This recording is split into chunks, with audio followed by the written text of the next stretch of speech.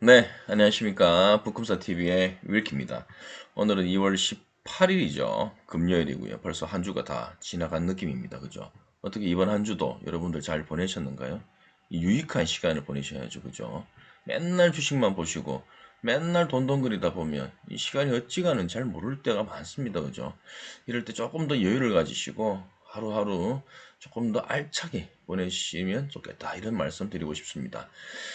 자, 그리고 또 하나 말씀 또 드려드리고 싶은 게, 오늘로써 지금 3월 9일 대선 이 19일 앞뒀더라고요. 여러분 어떻게 마음에 준비는 다 하셨는지 모르겠습니다. 뭐 어떻게 누구를 선택하시든지 간에 이 3월 9일 날 반드시 투표는 하셔야 된다라는 말씀 꼭 전해드리고 싶습니다. 자, 그럼, 일단 오늘 또 역시나 데일리 증시 뉴스와 함께 일단 투자 전략을 세워보도록 하겠습니다. 자, 어제 뉴욕 증시 상황부터 한번 살펴볼 건데요. 자, 이데일리 뉴스 새벽 배송 기사를 가지고 한번 보겠습니다. 자, 제목에서 보시다시피, 자, 우크라이나 우려의 출렁인 뉴욕 증시였다라고 보시면 될 것 같고, 전일 뉴욕 증시는 이 보합세로 마감을 했는데, 어제는 사실 그 우크라이나 우려가 또 갑자기 급부상이 되면서 뉴욕 증시가 크게 출렁였다 보시면 될 것 같습니다. 조금 더 자세하게 한번 살펴보겠습니다. 자, 다우 지수는 1.78% 하락을 했고요. S&P 500 지수는 2.12% 내렸고요. 자, 기술주 중심인 나스닥 지수는 1.88% 하락을 했습니다. 어제 그리고 제임스 블라드 메파죠. 메파의 이 연방준비은행의 총재는 이날 콜롬비아 대학에서 열린 행사에서 중앙은행의 기준금리 조치가 없다면 인플레이션은 더욱 심각한 문제가 될 것이다 라고 경고하면서 또 상당히 또 매파적인 발언을 이어갔습니다. 어찌됐든 어제 뉴욕 증시는 큰 폭으로 하락을 했고 그 하락의 배경에는 역시나 러시아와 우크라이나 사이의 어떤 그 갈등 문제, 이 전쟁에 대한 리스크 이런 부분이 상당히 컸고 어제 사실 또 장중에 이 새벽에 우리 시간으로는 어제 새벽이죠. 오늘 새벽이죠. 오늘 새벽에 이런 뉴스가 있었습니다. 또 바이든이 또 이런 이야기를 했죠. 러시아, 자, 우크라이나 침공 가능성이 매우 높다. 수일 내 가능하다라는 이야기를 했고 지난번 언제죠? 16일 날 그 러시아하고 이 우크라이나의 어떤 전쟁이 발발할지도 모른다는 찌라시가 막 돌기도 했지 않습니까? 우크라이나 대통령이 뭐 전쟁에 대한 대비를 하고 있다 뭐 이런 이야기도 하면서 근데 그날 마침 또 미국 러시아와 이 독일 간의 어떤 정상회담을 하면서 이 푸틴이 나는 전쟁을 원하지 않는다면서 그 접경 지역에 또 러시아군 일부를 이 철군하는 그런 액션을 취하다 보니까 그날 또 이 전쟁과 관련된 우려는 조금 한폭 풀이 꺾이면서 뉴욕 증시는 급반등을 했는데 어제는 오히려 이 우크라이나에서 이 친러 반군 조직에 이 포공격을 실시했다라는 뉴스가 긴급 타전이 되기도 했죠. 그와 관련해서 이 일각의 시각이 러시아가 이 철군을 한 게 오히려 뭔가 이 페이크 또 그리고 어떠한 러시아 이 친러 쪽에 우크라이나가 포격력을 했다라는 것이 오히려 러시아가 우크라이나를 침공하기 위한 구실로 만들기 위한 자작극이 아닌가 뭐 이런 어떠한 이야기도 급부상이 되면서 사실 뭔가 하여튼 좀 위험수위다 위험한 수준에 왔다라는 것이 지배적으로 깔리면서 어제 뉴욕 증시는 큰 폭으로 하락을 했습니다. 어쨌든 어제 뉴욕 증시는 두 가지의 전 이슈로 큰 폭으로 하락을 했다라고 보시면 될 것 같고요. 오늘 우리 증시도 어제 전일 뉴욕 증시 영향을 받아서 장 초반에는 또 우리 증시, 코스피, 코스닥 양지수 모두 큰 폭으로 시작을 했습니다. 하락으로 시작을 했습니다. 자, 어쨌든 뉴스로 한번 살펴보겠습니다. 자, 조선일보의 마켓뷰 기사고요. 이 코스피 강보합 마감, 우크라이나 긴장 완화에 투자 심리 개선이라는 제목으로 자, 내용을 한번 살펴볼 건데, 오늘 일단은 우리 증시에서는 장 초반에는 전일 뉴욕 증시 영향을 받아서인지 시작부터 급락을 이어갔습니다. 특히나 코스닥 같은 경우에는 크게 급락을 했었고요. 근데 장 중반이 가면서 다시 이렇게 막 이 낙폭을 줄여가더니 오히려 마감은 양지수 모두 소폭 상승 마감했습니다. 그 배경에 무엇이 있었는지 일단 살펴보면 아마 이 두 가지, 이 소제목 두 가지로 아마 이야기를 다 드릴 수 있을 것 같습니다. 자, 미국과 러시아 장관회담 가능성이 갑자기 급부상이 됐고, 또 우리 시장 이 장중에 미선물이 또 일제히 막 상승을 했거든요. 그러다 보니까 이 투심이 긍정적으로 반응을 하게 되면서 우리 증시 장 초반에 이 급락을 오히려 반등시켰다. 이렇게 보시면 될 것 같습니다. 뭐 전반적으로 크게 주요한 어떤 시장의 이슈라든지 시장의 어떤 뭐 종목 간의 어떤 뭐 주요하게 봐야 될 부분은 크게 오늘 찾지는 못했습니다. 어찌됐든 지금 우리 시장이든 이 뉴욕 증시든 러시아와 우크라이나 간의 이 긴장과 관련된 부분, 이 긴장이 계속 지속이 될 것인지, 이 긴장이 완화가 될 것인지, 이런 부분에 계속 귀추를 주목하는 편인 것 같고, 어찌됐든 또 3월에 있을 그 미국의 금리 인상 폭이 과연 지금 25bp냐, 50bp냐, 과연 그러면 올해는 5회 인상이냐, 7회 인상이냐, 뭐 이런 것이 시장에서 가장 불확실성이 아닌가라는 어떤 생각을 하게 됩니다.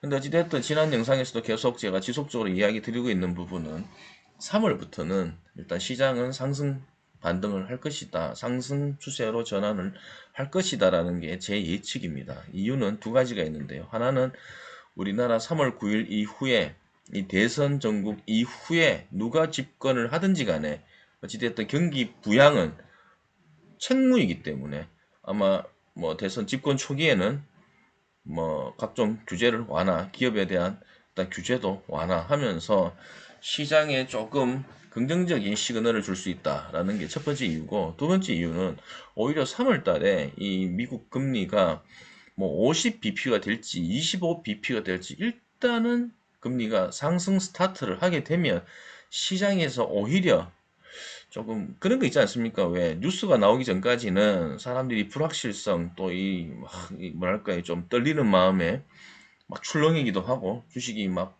민감하게 반응도 하긴 하는데, 오히려 스타트하고 나서 오히려 받아들이고부터는 조금 좀 안정스럽게 가는 편이거든요. 그래서 어찌됐든 일어났던 두 가지 이유로라도 충분히 3월 달 이후로는 조금 더 주식을 편하게 하실 수 있는 환경이 마련되지 않을까라는 생각을 하고 있습니다.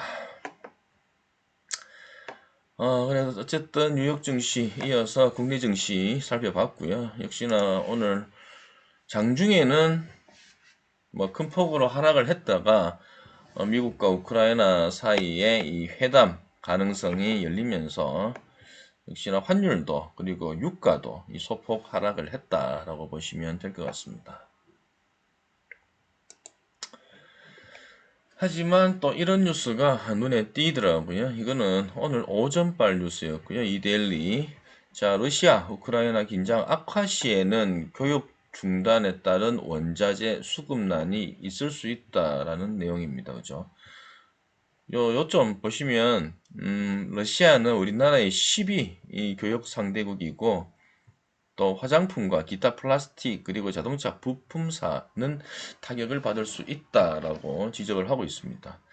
그러면서 우려하는 것은 크림반도 합병 때처럼 이 수출이 반토막 날 수도 있다라고 얘기를 하고 있고, 또한 또 수입 의존도가 높은 네온, 크립톤 거래선의 다변화가 필요하다라고 이야기를 하고 있습니다. 참고로 네온과 이 크립톤은 이 반도체 이 소재와 관련된 그런 재료다 이렇게 보시면 될 것 같고요.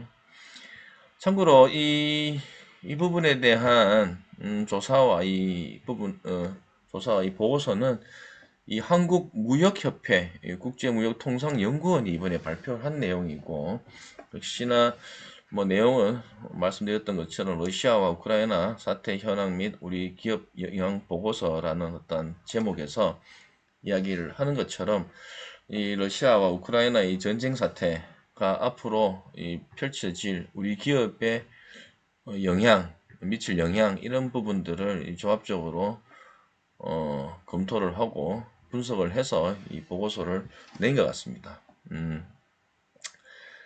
앞서서 제가 요점에서 말씀드렸던 것처럼 이 주요 수출 품목이고, 그리고 주요 수출 품목과 관련해서 역시나 러시아가 이 10위 교역 상대국이다 보니까 그와 관련한 좀 타격을, 이 수출 품목에 대한 타격을 좀 입을 가능성이 높다라고 얘기하고 있고, 또 반면에 이 수입과 관련돼 있어서는 희귀광물류, 특히나 아까 전에 보셨던 것처럼 네온이라든지 크랩톤이라든지 이런 부분들이 조금 수입이 좀 어려워질 수가 있고, 그렇게 되면 아무래도 이 수입 부담이 가중될 수 있다라고 지적을 하고 있습니다.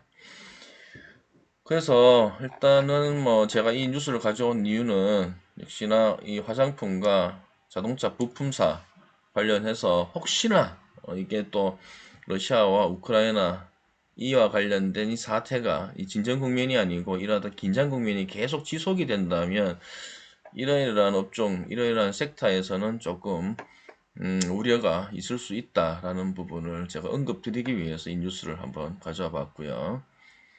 자, 그럼 또 이 뉴스도 한번 살펴보겠습니다.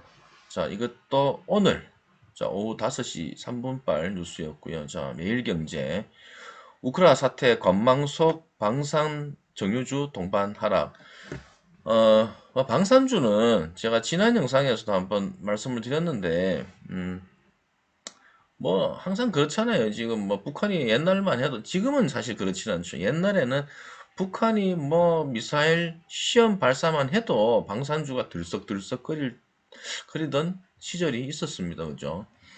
근데 요즘에는 뭐, 하도 미사일을 많이 쏴서 그런지, 이제 북한에서 미사일 쏜다 해도 방산주는 전혀 꿈쩍도 하지 않았는데, 최근에 이 러시아와 이 우크라이나 간의 어떤 이 긴장 상태, 특히나 이 뭐 전쟁이 일어난다 막 이러면서 막 미국에서도 이 방산주가 막 급등을 했는데, 역시나 우리나라에서도 우크라이나 사태 때문에 이 방산주가 들썩였는데 오늘은 또 동반 하락을 했다. 또 특히나 정유주 같은 경우에는 최근에 유가가 갑자기 또 급등을 했고, 근데 이 사실 유가 급등 배경에는 이게 우크라이나 사태만 있는 건 아니죠. 사실 이 공급난 차질 부분은 원래 깔려 있었고, 그죠?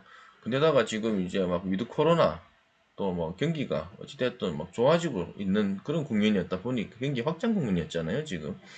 그러다 보니까 일단 뭐 수요가 늘어났고, 그러다 보니까 계속 정유주가 동반 상승을 해왔었거든요. 근데 오늘 내렸다라는 기사인데 뭐 내용 다 읽지는 않겠습니다. 근데 제가 이 뉴스를 왜 가져왔냐면 방산주는, 그죠? 방산주는 사실 일어났던 이슈에만 반짝거리는 그냥 반짝주죠. 반짝주. 그죠?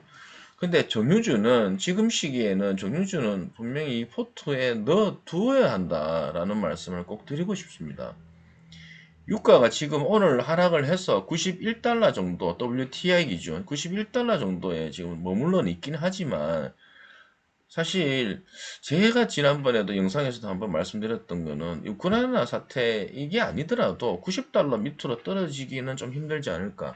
또 설사 90달러 밑으로 떨어지더라도 80달러, 85달러까지 빠지는 경우는 거의 없지 않을까. 오히려 우크라이나 사태에 일어났던 부분 긴장 고조가 계속 지속된다면 110달러, 120달러, 최대 130달러까지도 상승할 수 있다. 라는 게 제 예측이고 또 대부분 전문가들의 시각이었거든요. 그걸 감안했을 때는 정유주는 반드시 담아놔야죠. 왜? 이 정제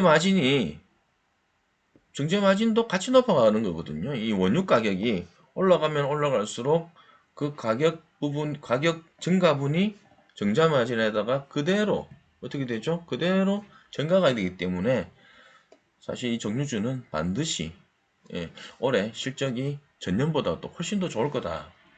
그러면 아무래도 또 특히나 정유주가 배당도 많이 해주잖아요.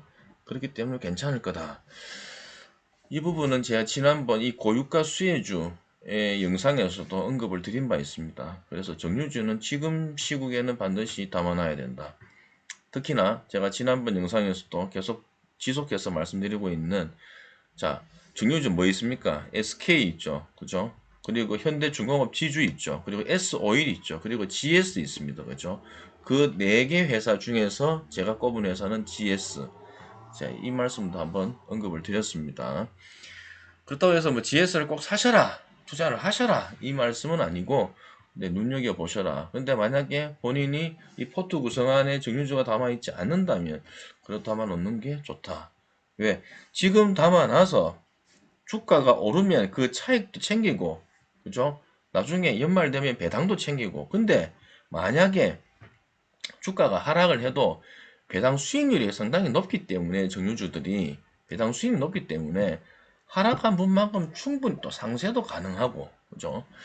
그래서 저는 정유주 괜찮다라고 생각을 합니다. 그래서 이 뉴스를 가져왔어요. 방사는 별론데 정유주는 괜찮다. 오히려 동반 하락했다고 이런 뉴스가 뜰 때 오히려 매수 타임으로 봐도 괜찮다. 이 말씀 드리고 싶습니다. 자, 마지막 제가 준비한 뉴스인데, 자, 이 뉴스 한번 보겠습니다. 자, 한국경제 오늘 오후 5시 23분 뉴스였고요. 만년 저평가 지주사 올해는 대접받나라는 뉴스였고, 지난번 제 영상에서 계속 이렇게 말씀드리고 있어요. 지주사 올해 괜찮다, 올해 괜찮다. 이 뉴스, 이 얘기를 많이 반복을 했습니다. 뭐 여러 가지 이유가 있죠. 일단 내용을 한번 볼게요. 자, 주주 환원 소극적이었던 지주사들이 지배구조와 개선 주가 부양 의지가 생기고, 그리고 삼성물산이나 롯데 등도 보니까 배당금도 많이 늘렸어요. 또 그리고 물적 분할 규제에 대한 움직임도 이 호재로 작용할 수가 있다라면서 지금 이야기를 이끌어가고 있는데, 제가 뭐 다른 이야기는 뭐 어려우니까 자, 드리지 않겠습니다. 근데 어찌됐든 지금 지주사들이 PBR 수준이 상당히 낮습니다. PBR 수준이 상당히 낮다라는 거를 여기서는 또 어렵게 뭐라고 하고 있냐면 순자산 가치 할인율이 높다라고 얘기를 하고 있거든요. 똑같은 말이에요. PBR이 낮다, 순자산 가치 할인율이 높다. 똑같은 얘기입니다. 어찌됐든 상당히 저평가되어 있다. 상당히 가치주의다라는 것을 이야기를 하고 있고, 또 두 번째, 작년에만 해도 이 물적 분할 이슈가 나오게 되면 대부분 모 회사는 상당히 이 회사 가치가 훼손이 되면서 주가가 많이 급락하기 일쑤였거든요. 그러다 보니까 주주들이 많은 어떤 원성들이 생기게 되고, 그죠? 근데 이번에 뭐 이재명 후보든 윤석열 후보든 이 모든 대부분의 후보들이 이 지주사와 관련해서, 특히나 이 물적 분할 이슈에 관련해서 뭔가 이 규제에 대한 이야기를 계속 이야기를 하고 있거든요. 그 내용을 뭐 제가 장황하게 설명드리지 않고 그냥 간단하게 말씀드리면, 모 회사가 뭐 상장하지 않은 비상장 자회사가 상장을 시키더라도, 그죠? 상장을 시키더라도 모 회사에 주가에 훼손되지 않는 뭔가의 장치를 마련을 하겠다. 뭐 이런 어떤 골자의 내용들이었거든요. 그렇게 되면 어떻게 됩니까? 역시나 지주사의 기업 가치는 공고해질 수밖에 없고 훼손되지 않으니까, 그죠? 오히려 비상장 회사가 상장이 됨으로 해서 오히려 더 가치가 더 높아질 수가 있죠. 모 회사가, 그죠? 그러다 보니까 아무래도 올해는 지주사가 이 각광을 받지 않겠나, 뭐 이런 이야기를 하고 있습니다. 그 중에서도 제가 지난번에도 제 영상에서도 SK가 제일 낫다라고 말씀드렸고, 역시나 이번 한국경제 뉴스에서도 제가 말씀드렸던 것처럼 알짜 자회사를 갖춘 SK가 탑픽이라고 이야기를 하고 있습니다. SK가 탑픽인 이유는 뭐 여러 뭐 이유가 있어요. 뭐 제가 지난 영상에서는 일일이 뭐 PER, PBR, 뭐 배당 뭐 다 제가 설명을 드리면서 이야기를 했지만, 다른 것보다 일단 SK가 비상장 자회사가, 그것도 괜찮은 비상장 자회사가 많다라는 거예요. 근데 이런 회사들이 만약에 상장을 하게 되면 오히려 지주사격인 SK는 기업 가치가 더욱 올라갈 수 있다. 특히나 말씀드렸잖아요. 물적 분할 이슈가 생기면 보통은 모 회사는 기업 가치가 훼손된다. 근데 이런 것들이 이 주주들의 원성이 워낙 심했기 때문에 이번에 대선 주자들 모두 이런 거 없애겠다, 이런 어떤 부분에 규제를 가하겠다 이렇게 나왔었거든요. 그러니까 오히려 모 회사가 기업 가치가 이제 더 올라갈 수가 있는 거죠. 이런 비상장 회사들이 상장을 하게 되더라도. 근데 그 가운데서도 SK는 비상장 자회사, 그것도 괜찮은 비상장 자회사를 많이 가지고 있습니다. 그러다 보니까 SK가 올해는 지주사 중에서는 투자하기가 가장 좋은 탑픽 종목이 아닌가 이렇게 이야기를 하고 있는 거고, 저 역시 그렇게 설명을 드린 바 있습니다. 어떻게 또 한 주가 지났습니다. 그래서 오늘 제가 준비한 뉴스도 여기까지고요. 일단 뭐 내일 모레 일단 주말간 해서 또 좋은 영상 찍어가지고 여러분들께 소개시켜 드릴 수 있도록 할 거고요. 뭐 다른 것보다 여러분들 뭐 항상 말씀드리고 싶은 게, 시간은 돈보다 더 중요합니다. 돈은 잃어도 또 벌면 되잖아요. 근데 시간은 지나면 절대 돌아오지 않습니다. 그죠? 시간 아껴서 유익하게 쓰십시오. 아무튼 오늘 영상 여기까지고요. 혹시나 이 영상 보시는 분들 가운데서 구독 안 하시고 보시는 분들은 구독 부탁드리겠고요. 그리고 영상이 도움되셨다면 좋아요, 그리고 댓글로 응원 부탁드리겠습니다. 예, 감사합니다.